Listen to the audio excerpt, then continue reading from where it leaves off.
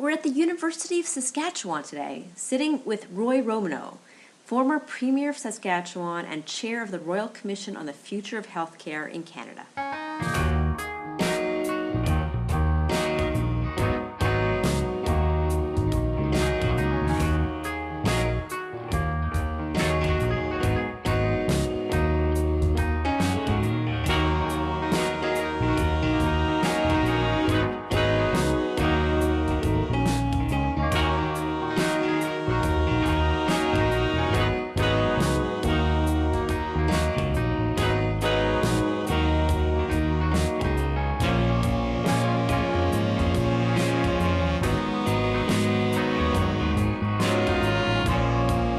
So I actually just wanted to go back in history a bit and just get a sense of your thoughts on why this province was the first to implement Medicare. Why is it just because of Tommy Douglas, or was there some kind of history of why it was such a seminal place for healthcare here?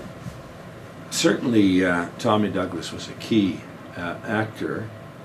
He very strongly believed in a publicly funded single-payer healthcare system on the principle that accessibility to top-notch quality healthcare was a basic human right, not dependent upon capacity to pay. So you have a bit of an ideological argument. But there's another dimension to this, and that is that because of the Depression in the 1930s and even before that time, Saskatchewan has had a tradition of acting in a cooperative way. It was about the only way you could overcome the forces of nature and the lack of money and a small province with difficult financial circumstances during drought periods. So it was a little bit easier for him to sell it. Alberta, by the way, had the same kind of history, although it went the social credit way, which is also a populist movement. Both of these are populist movements, only one is of the left. That's the CCF, as it was called then, now the NDP, and the other went social credit, and that's the history of it all. So it's a combination of ideology and philosophy principled by Douglas, and the ground being more fertile for his views to take seed and sprout. Okay, I was just curious about that. And so you're a fan of Medicare? Yeah, I'm a big fan of Tommy Douglas, too. I knew Tommy relatively well. He was older than I am, but actually spent a month in China with him in 1979. Really? So I got a month of lectures on Medicare and on hospitalization and everything else. So I'm a fan of Medicare because very early, actually at the University of Saskatchewan, I was a student president here at the university body, and it came at the time of the 1962 battle over entrenchment of Medicare. And the doctors went on strike. This may preempt a question, but you can come back on me, of course, if you want to. Well, you will in any event, you don't need my permission. But the doctors went on strike, and the province was just bitterly divided. So there was no room. You either were for Medicare, as Douglas was implementing it, the single-payer public system, or you were against it. And I'd come from a big L liberal family. My parents were new immigrants from Ukraine in the mid-1920s, and so they were fleeing from communism and anything that even resembled it. They didn't like that. Right. They didn't like the CCF NDP very much. But by that time I was on campus, and a greater appreciation of the issues. I was very much taken by the charisma of Douglas, and his oratorical skills were really second to none. But more importantly, the idea was really the thing that attracted me to it. And so that's essentially how it all got started. I'm not sure I answered your question, but you did well. And why don't we, the idea itself, like the what is it about Medicare that in your opinion, through that idea, that is so beneficial and advantageous to Canadians? Well, I think there are two things. First and foremost, individuals' right, and there's a responsibility attached to it, but right to good health care in the time of need. It should not be dependent upon how much money we have in our pocket. It should be dependent upon our need. If we have a philosophy that we're all human beings of different gender and different age and different ethnic background. But our short little travail on this earth will be one where we are born. Hopefully we have a happy, long life, but we will get sick. And when we're sick, we'll need help. And we'll die. Not to be too pessimistic about it. But that's the reality. And the issue is, therefore, do we simply say at a time when a person is probably most in need, that's your business. You take care of it yourself if you've got the money. I'll worry about it in my own business. Or do we say as a society we come together, pool our resources, and try to make sure that as a fundamental right of people there is access to health care? Well, I subscribe to the latter point of view. There's another aspect of this which is somewhat controversial, and that is Canada and nation building. We're a country of, 36, 37 million people, 38 million people, roughly speaking. Huge geography. The economic opportunities are up and down. They vary very dramatically. Some provinces are richer than others. Do we want to build a country where, depending on accident of birth largely, your quality of health care depends upon the capacity of your province or your region to provide it? Or do you want it as good quality health care, as kind of a badge of citizenship, a defining feature of what I think it means to be Canadian, namely to share and to be cooperative, and by doing so, freeing up people to be innovative, whether it's in news or theater or whatever or literature or academia. That's what I think it should be. So it is, I think, representative of a fundamental value of Canadians, that we do take care of each other, but it also, as I said earlier, makes good common sense with respect to economics. Okay, and so when you were appointed to on the commission, the Royal Commission of the Future of Healthcare, and you spent One-man band. One-man band. I mean, One-person band. It's a lot of work. How many months did you spend on the road again? Well, what really made it challenging was, I think it was April 1st, kind of an appropriate day in some ways, in the year 2001, that I was asked by Prime Minister Chrétien to be the chair of the Royal Single Commissioner. And we were to finish by the end of December of 2002, so slightly over 12 months, about 18 months roughly speaking. Right. So in that circumstance, being single Royal Commissioner, and with a relatively small team, we had a number of issues to really determine, namely what were the parameters of our mandate. I wasn't happy with the budget which was allocated. The Prime Minister was very concerned that these Royal Commissions historically have a habit of being established and then just never ending. Okay. Interim reports, all of these. So the point is that it was public hearings, which are very, very big factors. So I had a small team of about 20 people, 25 or so in Regina, and a small team here in Saskatoon of about 10, basically administrative, and that was it, and myself. And we basically then set out the game plan to work non-stop. It really was a very exhausting, but probably one of the most exhilarating, I'm a little bit off topic on your question, but exhilarating experiences for me personally, seeing Canada, seeing people in time of need, touching moments, some triumphant moments, and anyway, that's basically. And that's must have been a really incredible time for you in terms of traveling around and speaking to people about what their needs are, what their challenges are in terms of healthcare. It was. I use one example to personalize it. We were in St. John's, Newfoundland, and normally these hearings are dominated by organizations, the Canadian Medical Association of Newfoundland or Doctors Association, nurses, a variety of these people have interests, people who are against publicly funded Medicare, those that are for it. But toward the end, we would always make sure we had 2 or 3 hours available for individuals to make their submissions. And there was a young mother who had traveled, I think, 150 miles to St. John's, Newfoundland. And she took her place to make the submission to me. And I'll never forget it for as long as I live. It was a very touching moment. She was telling us about how her young child, about 10, 11, could be maybe older, had picked up a form of cancer. And I just knew this wasn't going to be a good story.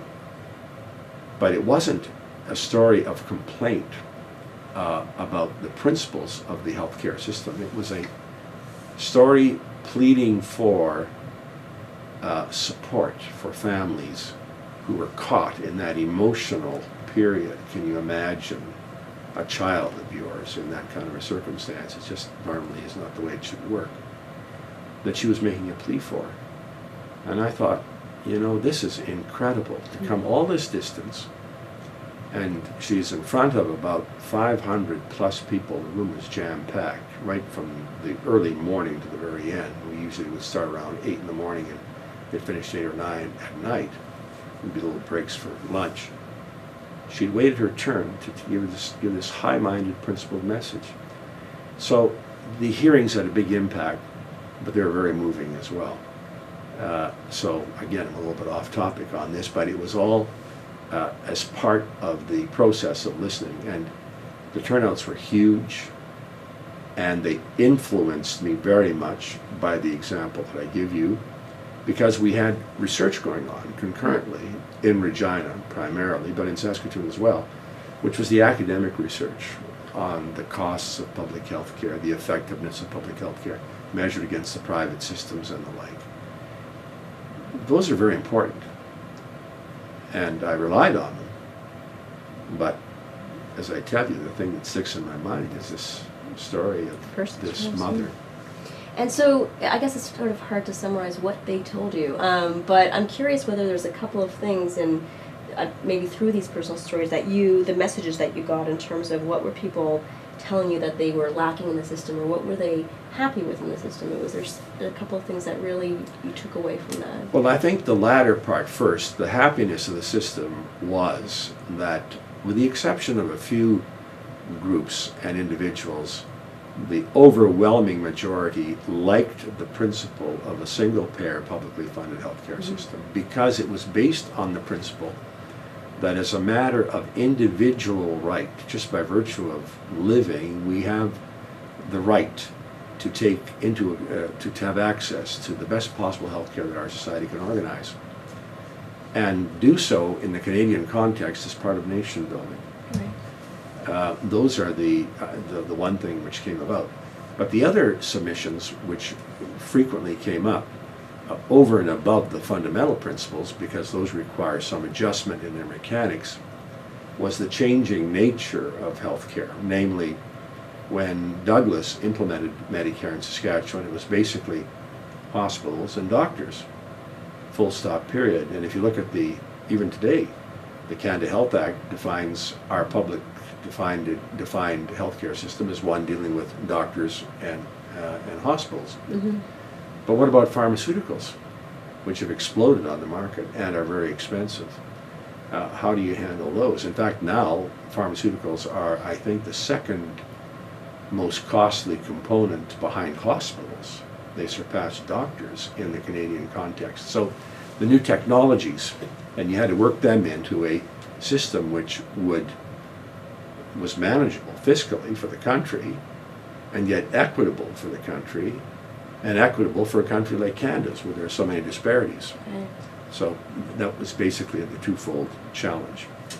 And in terms of the recommendations that you put forth, based on the 18 months or 12 to 18 months that you were traveling around, and all these conversations that you had, some of them that really impacted you on a personal level. So not all of them were implemented, those recommendations. Sad to say, very few. Very few. And now many of them are undone, but yes, sorry to interject. No, this is good. So I'm curious, and what's the impact in your mind of the fact that those recommendations, the whole lot of them, that I think in obviously ideal world you would have had implemented, were not implemented? Well, that's a very tough question. All of these questions are tough, but this is the toughest one, because it's pretty hard to divorce myself, I'll put it that way, from a project which really got me stimulated to get into political life and public life way back with Douglas in 1962 when I was on campus at the University of Saskatchewan, and take part in the defense of Medicare when the doctors went on strike. So I have a long history, long connection to the person, and a strong ideological bias personally toward a publicly funded single-payer system. But you also have to be open to the new developments and the new impacts which are there. And I think that the challenge really for me was to make sure that we were able to I was able to recommend a series of recommendations which reinforced the fundamental principle that health care is open to all of us regardless of our capacity to pay. It shouldn't depend upon how much money we have here, but on our need. And that means bringing into account the new technologies, the new medicines and drugs and everything else that's involved, and to do so in a way that the regions, say Saskatchewan or Newfoundland, which aren't perhaps the wealthiest regions compared to Ontario, do so on an equitable basis. This, to me, is the big objective. Now, the way to do that, I think, is to have the federal government, following the example I gave a few moments ago, is to have a carrot and stick approach. Say, look, we're going to increase the funding, which was one of my key recommendations, but it's going to buy change. And the change is going to have to deal with today's technology, whether it's a national pharmacare plan or upstream care, which, by the way, is very, very important to our own individual health. You have to build these into the system. And you have to use the money in the same way that it was in setting up the system originally, kind of the carrot and stick to repeat.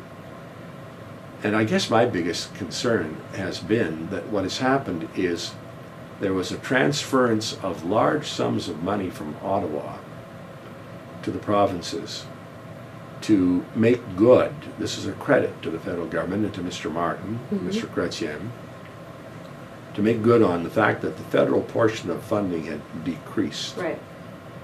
So that part was a break for the provinces and for all Canadians. But the key recommendation that I had, not recommendation, but inherent in all the recommendations, was that that money should, like the precedent I've been talking about, buy change. Namely, understand that today pharmaceuticals, as I've said, are the second highest draw on the healthcare system. We can get a national pharmacare plan. We should get one, and on it goes. You can get these changes. None of that is taking place. And now today, as we speak, not only is the money reduced from Ottawa to the provinces, but the conditionality is zero. So the provinces are basically on their own, based on their own capacities to do it.